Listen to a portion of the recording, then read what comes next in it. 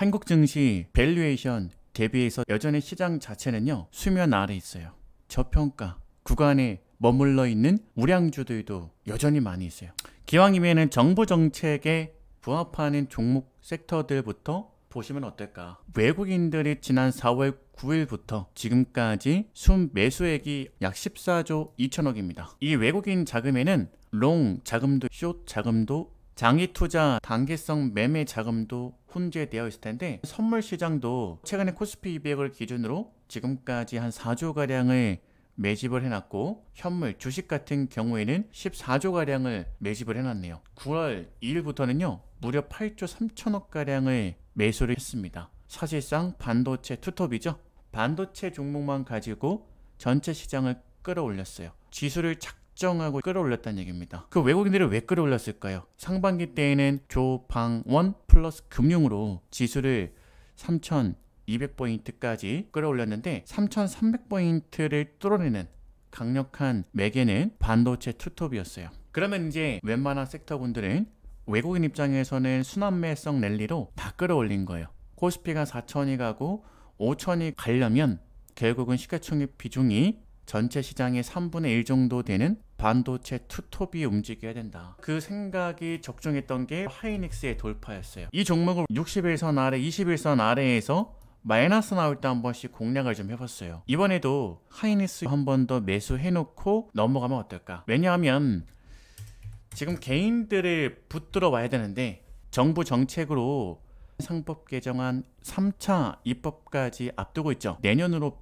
미뤄졌다는 얘기가 있던데, 그래서 그런지 금융 지주회사가 지금 지지부진하죠. 장기적인 플랜으로 봤을 때에는 통과되는 거잖아요. 부동산 금융 규제는 강화하고 주식과 펀드, 기업 금융 비중은 확대하겠다는 게 갭 투자가 사실상 원천 봉쇄된 상태이잖아요. 이 상태에서 시중의 유동성은 계속해서 공급이 되고 있단 말이에요. 그 돈들이 주식시장에 대기하고 있는 것 같아요. 여전히 개인들은 돈은 많이 가지고 있는데 아직 베팅은 안 하고 있는 것 같아요. 믿지를 못하는 것 같아요. 코로나 때 한번 당해봤잖아요. 시장 이렇게 올려놔서 개인들이 삼성전자, 카카오 대형주인들도 사놨는데 결국은 속절없이 무너지지 않았습니까? 그런데 이번에는 다른 이유가 뭐냐 하면, 그동안 한국 금융시장이 굉장히 낙후되었는데 그렇게 평가받았던 가장 큰 이유 중에 하나가 신뢰도가 없다는 거. 신뢰. 법안이 없으니까. 그러니 대주주 일부 쩐주 세력들의 의도에 선량한 투자자들이 많이 다쳤다고요. 이미 냄비에 손 크게 대인 꼬맹이가 그 냄비를 보면 겁을 먹을까요? 안 먹을까요? 연일 주가는 시장을 신고가예요. 코로나 때 그걸 본 꼬맹이가 이번에도 그 냄비 뜨거운 거를 기억을 하고 쉽게 들어올 수 있을까요? 답 나왔죠. 또 하나, 트럼프 대통령이 계속해서 금융시장을 위협하고 있죠. 그런 상황에서 코스피도 많이 올라간 상태에서 코로나 이후에 폭삭 주저앉았던 것을 본 꼬맹이들이 그 냄비를 또 지불을 하겠습니까? 그럼 어떻게 해야 돼? 올려야 돼요. 외국인들 그래서 지금 작정하고 올리는 거예요. 결국은 삼성전자하고 하이닉스라는 카드를 쓸 수밖에 없을 거예요. 조방원 플러스 금융도 지수 상승에 많은 도움이 된다고는 생각은 하지만 밸류가 부담이 될 겁니다. 방산주의 대장하면 하나 에어로스페이스죠. 이거 PBR 지금 9배입니다. BPS 주당 순 자산가치가 분기 기준으로 12만원도 안 나오는데 주가는 지금 120만원 까딱하면 갈 것 같아요. 10분의 1밖에 안 되죠. PBR 10배. 유보율은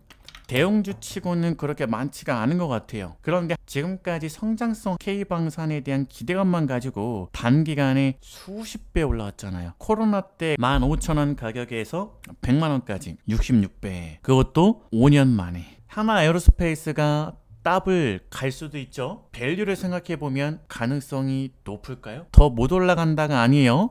코스피가 지금 3450포인트에서 4000포인트, 5000포인트 간다면서요. 이번 정부의 공약이 그거라면서요. 그러면 도대체 뭘 가지고 올려야 될까? 하나 에어로스페이스 더블 가면 되겠죠. 근데 밸류 앞으로 뭐 5년 안에 더블 간다고 치고 지금까지 하나 에어로스페이스가 수주받은 K방산들 전부 다 장부상에 찍히고 그래도 주가가 밸류를 비교해 봤을 때 감당이 가능할까? 못 간다가 아니에요. 우리는 그 생각을 하면서 투자해야 된다. 지금 현대중공업 같은 경우에는 PBR이 7배 수준입니다. BPS가 주당 69,600원, 한 7만원 돈 나오는데 주가는 50만원 돈에서 형성이 되어 있어요. 역시나 ROE죠. 추가적으로 수주를 받아도 지금 당장 배를 못 만들어 줄 정도로 주문이 밀려 있다는 거 아닙니까? 그러면 앞으로 한 3년에서 5년 그 이상 동안 미리 주문 계약금 받아놓고 배 수리해주고 건조해주고 분기마다 실적은 찍히겠죠. 그런데 주가가 1년 만에 몇 배 올라갔냐고, 3배 조금 더 올라갔겠네요.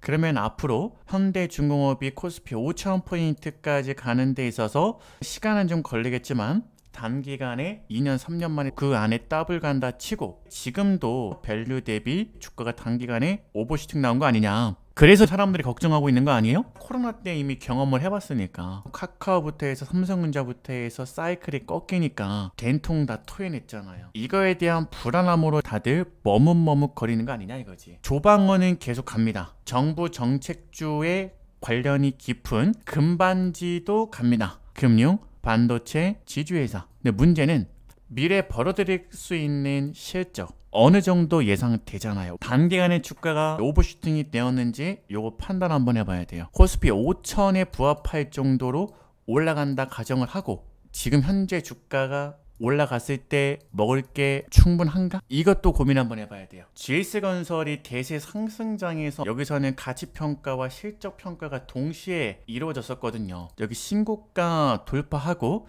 완벽하게 돌파한 시점까지는 30개월입니다. 30개월. 매집이 끝나니까 거기서부터는 조정다운 조정이 없고 시장을 리딩하는 주도주로 바뀌어버립니다. 이게 시세예요. 지금 여러분들이 이 구간에 지나가고 있는 주식을 딱 한 종목만이라도 가지고 있다 그러면 축복받은 분들이에요. 대부분은 이 종목은커녕 이 구간이 무슨 의미인지 이해도 깨닫지도 못하고 강세장 끝나버린다고요. 맨날 욕하는 거야. 전문가가 어쩌고 K증시가 어쩌고. 외부 변수는 뭐든 간에 계속해서 투자하시면서 무조건 나와요. 그때마다 욕하고 시장 떠날 거예요. 주식이 알면 알수록 어려운 게 뭐냐 하면, 야, GS건설처럼 서 있다 간다며 갈 때는. 근데 문제는 여기서 서 있다가 했지 한번 페이크로 들어왔다가 했지 이걸 못 맞춘다는 거야. 이걸 맞추려고 하다 보니까 사람들이 자꾸 엄한 길로 새는 것 같아요. 우리 이제 알고 하자고요.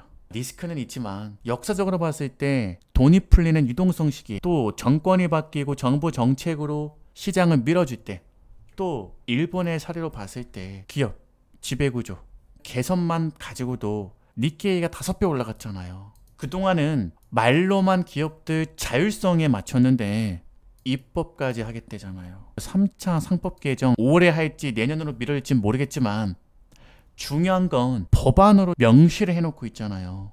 여러분, 외국인과 새 정부, 국회, 입법, 상법 개정, 이 법안 믿고요. 강세장을 의심하지 마시고요. 좀 사놓고 지나가야 되지 않을까? 저는 금융부터 봤으면 좋겠어요.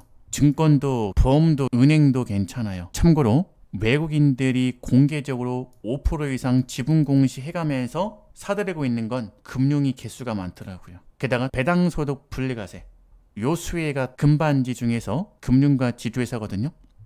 아무튼 바닥에 있는 거 사지 마시고 제발 비싼 거, 정비를 위해서 놀고 있는 거, 이 정도도 못 알아먹겠다 하시면 주식 사지 마시고 이번 사이클은 지켜보시면서 넘어가십시오. 아무거나 사서 탈날까봐 그래요. 제가 100% 다 맞지는 않겠지만 조금만 참고해 주십시오.